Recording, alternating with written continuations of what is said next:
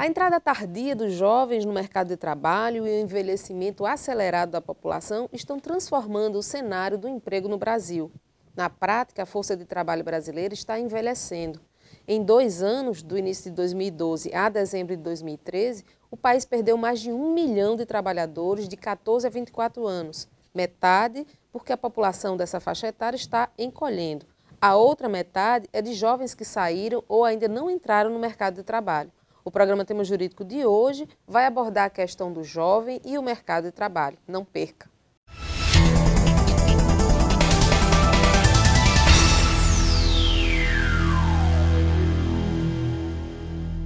O coordenador do curso de Direito da Facisa, o professor Marcelo Eufrásio, está lançando o livro Política Pública no Território da Sulanca, os desafios da escolarização e qualificação diante da informalidade no trabalho. O trabalho é fruto da tese de doutorado dele e de pesquisas e produções acadêmicas no grupo de pesquisa Trabalho, Políticas Públicas e Desenvolvimento. O professor é o nosso convidado de hoje para falar um pouco mais sobre essa pesquisa e da relação dos jovens com o mercado de trabalho. Boa tarde, professor. Seja muito bem-vindo mais uma vez aqui ao Tema Jurídico e desta vez para a gente conversar um pouco sobre essa sua obra que versa aí, né, sobre a questão do mercado de trabalho, juventude. Para começar, professor, existe aí um senso comum que reproduz a informação de que existe vaga no mercado de trabalho, o que falta é qualificação. O seu estudo, em algum momento, percebeu isso como sendo uma verdade? Agradecer, né, a participação no programa mais uma vez. Inicialmente, vou levantar uma observação no tocante a esse estudo. Ele é um estudo que se volta à sociologia do trabalho e faz uma ponte, uma abordagem sobre uma perspectiva também política e jurídica, na medida que nós não podemos pensar a formação do bacharel em direito, do sociólogo, do historiador, sem haver uma produção do conhecimento sob um viés interdisciplinar. Então, esse estudo, ele focou particularmente a atuação de políticas de escolarização e qualificação no Brasil, mas voltando-se especificamente à questão da informalidade no trabalho. E essas políticas, o senhor percebeu que, de alguma forma, ela vem reforçando a informalidade ou ajudando a reduzi-la? Inicialmente se pensava que a política ela estaria voltada particularmente àqueles jovens que têm interesse em se formalizar no trabalho. Mas como a política procurou estudar uma realidade bastante atípica, que é a região do Polo de Confecções do Agreste Pernambuco, que desenvolveu-se, digamos, por volta de 20 anos atrás, e hoje tem uma grande produção comercial e produtiva também nessa área de confecções. Então se percebeu que o jovem na sua faixa etária de 18 a 29 anos, que é aquela que é atendida pelo Projovem Urbano, ela é um grupo que atua no mercado de trabalho desde muito cedo, mas não tem escolarização nem qualificação. Mas isso não impede de se inserir no mercado de trabalho. Então, digamos, para esse público que deseja se inserir informalmente, há vagas. A realidade hoje do interior de Pernambuco, particularmente essa que trabalha com confecções, ela gira em torno de 90% de empregabilidade. Então, desde muito cedo, os jovens optam em trabalhar em detrimento do estudo. O que me parece que não é uma realidade só do interior de Pernambuco, é uma realidade brasileira, nordestina, paraibana, campinense. Então, há pouco atrativo pelo estudo. Claro que nós sabemos, por pesquisas já realizadas, que aquele que se volta a uma melhor escolaridade, uma melhor qualificação, tem condições bem mais proveitosas de se inserir com melhores condições de mercado de trabalho, né? A Sulanca também ela é marcada por um trabalho de precarização, né? O senhor também percebe isso no trabalho? Sim. Nós fizemos entrevistas com estudantes entre 18 e 29 anos, com professores e com gestores. E uma coisa que a gente percebeu é exatamente isso, que como eu disse, pouco atrativo, né, pelos estudos. E já dentro de casa, em função de haver muita, digamos, produção doméstica de confecções, eles são tentados, seduzidos desde a infância a se inserir em atividades laborais. Então, ao invés da família incentivar o estudo, a escolarização, não, ela tem tendenciado a ajudar na geração de renda doméstica, né? Então, assim, esse jovem que está na atuação nesse mercado informal, é o mesmo jovem que está no Projovem ou não, ou que está no Projovem e acaba fazendo parte de uma evasão futura? Alguns desses jovens, aí eu não tenho como te dizer o percentual, mas é uma realidade ainda muito pequena de jovens que têm se interessado em se escolarizar. Nas entrevistas a gente percebia muito isso. Os programas sociais de inserção, de escolarização, qualificação, têm uma bolsa muito reduzida. Só para você ter ideia, o Projovem hoje, desde da sua origem, ele tem uma bolsa de R$100 mensal para aquele que está inscrito e frequenta as aulas. Então, na cabeça de um jovem que está inserido informalmente, valeria mais a pena estar recebendo um quantitativo de 4 vezes mais do que essa bolsa e não está estudando, né? Ele não recebe um salário mínimo? Não. Não chega a receber isso? Isso. Então, o que é que reza essa legislação que instituiu o Projovem desde 2005? É que o jovem, na condição de faixa etária entre 18 e 29 anos, que saiba ler e escrever, mas que não tenha terminado o ensino fundamental, cursará o ensino fundamental e terá uma qualificação, e que essa qualificação esteja adequada às necessidades, ao contexto do lugar onde ele está inserido. Então, as formações, que duram em torno de 1 ano, que são chamadas de arcos, elas procuram investigar e potencializar a realidade da região. Então, um desses cursos que foi empregado, geralmente oferece esse curso de informática, de manutenção, né? Manutenção técnica, e um desses era de vestuário. E aí se percebeu que, claro, em tese, a política é bastante satisfatória, mas quando se vai para a prática, há algumas deficiências. Do tipo? Digamos, pouco comprometimento da articulação entre setor público e privado. É isso que pesa muito. Há o interesse dos alunos que estão inscritos, que não são muitos, porque há muita evasão. Um engajamento que surpreendeu da parte dos professores. Há muito engajamento e interesse em colaborar. Muito embora a gente saiba que o salário do professor que está inserido em nível fundamental não é tão atrativo, mas ainda falta articulação entre setor público e privado. Ou seja, se eu me qualifico na área de vestuário, eu deveria ter uma forma de me inserir formalmente no mercado de trabalho de vestuário. E o que se percebe não é isso. Ele faz uma qualificação, mas continua inserido nas mesmas condições e sem nenhuma, digamos, sem um retorno financeiro que possa estar associado a essa qualificação. Nem perspectiva. Nem perspectiva. Continua recebendo a mesma coisa, nas mesmas condições que você falou, precárias, informais e flexíveis. Tá joia, professor. Vamos fazer um intervalo e a gente volta daqui a pouquinho.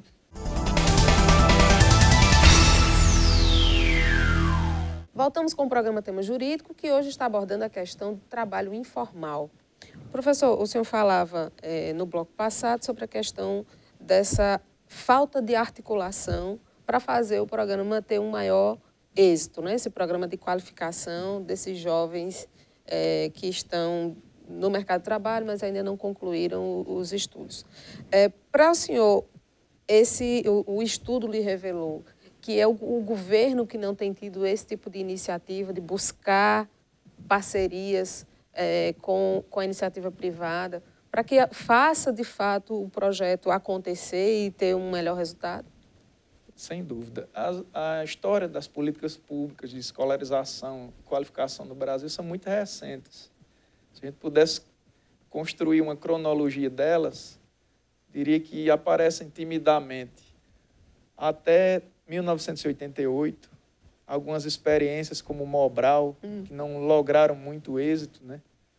Mas aí políticas que, digamos, têm uma certa continuidade, elas aparecem nos anos 2000. Quer dizer, há um vácuo aí de políticas que possam garantir, de alguma forma, escolarização com qualidade. E aí eu volto ao que alguns teóricos da sociologia do trabalho discutem, que, tradicionalmente, nós temos mais políticas de governo do que políticas de Estado no Brasil. Ou seja, não há continuidade delas. Isso, de certa forma, agrava muito os resultados. Por exemplo, no caso do ProJovem, que foi instituído em 2005, quer dizer, não tem 10 anos ainda, e principalmente naquelas cidades de menor porte, com menos de 200 mil habitantes, como é o caso de Caruaru, elas têm ainda poucos resultados. Então, nesse pós-pleito eleitoral, não se sabe se haverá uma continuidade delas ou se haverá modificações. Em havendo modificações, há mais incertezas, né? Porque uma coisa que a gente percebeu é a ausência de articulação entre setor público e privado. Eu não posso qualificar se eu não tenho esperança de inserir esse jovem, de alguma forma, no mercado formal. Então, caso não haja articulação, o que eu vou estar fazendo é reproduzindo, por meio de iniciativa governamental, a informalidade, a precarização e a flexibilização do trabalho, que é uma tendência muito forte desde os anos 90. Né? Quer dizer, então, assim, é como se o governo tivesse apenas preocupado com uma lacuna da qualificação. Ele qualifica, mas você se vira, Isso. Né? E aí eu não tenho alguém lá na outra ponta me garantindo que, de fato, ele vai estar conseguindo essa vaga, conseguindo entrar e sair da informalidade. A política do primeiro emprego chegou a ser percebida de alguma forma aqui, ou ela não funciona? No contexto que eu estudei, em Pernambuco, no interior de Pernambuco, pensando esse público voltado a confecções, produção e comercialização de confecções, não. Porque, como eu disse, já desde tenra idade, lá na família mesmo, eles já estão inseridos com condições que, na cabeça da maioria, é bem mais vantajoso do que procurar um programa institucional que insira ele pela primeira vez no mercado de trabalho. Eles preferem a informalidade. Na outra ponta, porque se fala da questão da informalidade, mas no Brasil a gente tem ouvido muito um discurso do empreendedorismo. Né? Não, você não tem a vaga no mercado de trabalho, mas você pode empreender, você... Né? Só falta dizer assim, antes, você não consegue nada na vida, a culpa é inteiramente sua, porque todas as oportunidades estão aí. É por aí que o senhor percebe também nesse jovem, consegue identificar nele esse sentimento, ele já foi laçado por esse discurso? Excelente pergunta, porque lembra exatamente o que eu consegui coletar em cima de entrevistas. Alguns teóricos, como o Bourdieu, que é um dos sociólogos que a gente estuda, ele vai dizer que a juventude ela é criativa, inventiva, tem essa capacidade de sonhar e, de certa forma, pôr em prática os seus sonhos. E uma coisa que surpreendeu quando eu fiz as entrevistas é que, por mais que seja pequena a bolsa que o governo dá, eles utilizam sonhando com a possibilidade de empreender. Então, alguns diziam, esses R$100 que eu recebo, eu guardo, pensando lá na frente em comprar uma máquina de costura usada e fazer meu empreendimento em casa, minha facção. E aí conseguir com os parentes, com os amigos, com pessoas conhecidas,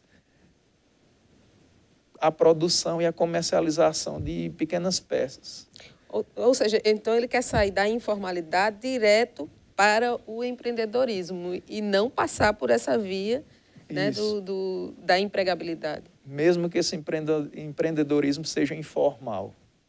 E é o que é, digamos, em evidência em todo esse contexto de mais de 30 cidades que trabalham com confecções, na região do agreste pernambucano e que se adentra também a Paraíba.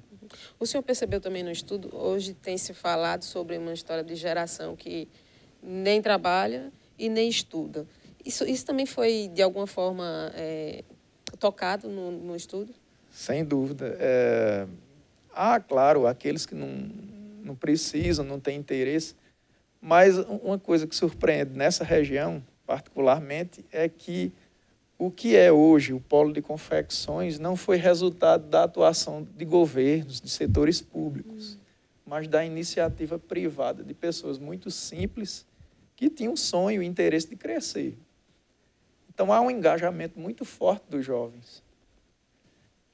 Digamos, mesmo aqueles que não estão inseridos, de alguma forma, no contexto da produção de confecções, mas têm alguma atividade produtiva na região, seja comércio, seja ligado a alguma atividade terceirizada, mas há empregabilidade, mesmo sob condições muito precárias. Muito bem, professor. Vamos ao intervalo e no próximo bloco a gente fala sobre educação em direitos humanos e sobre o Congresso de Direito e Cidadania que será realizado este mês na Facisa.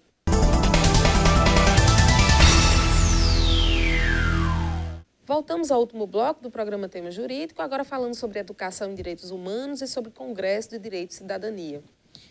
Professor, o senhor, além do trabalho recentemente publicado na área de trabalho, de juventude, o senhor também desenvolve um projeto de extensão com relação a direitos humanos, né? Educação para direitos humanos. Como é que está esse projeto?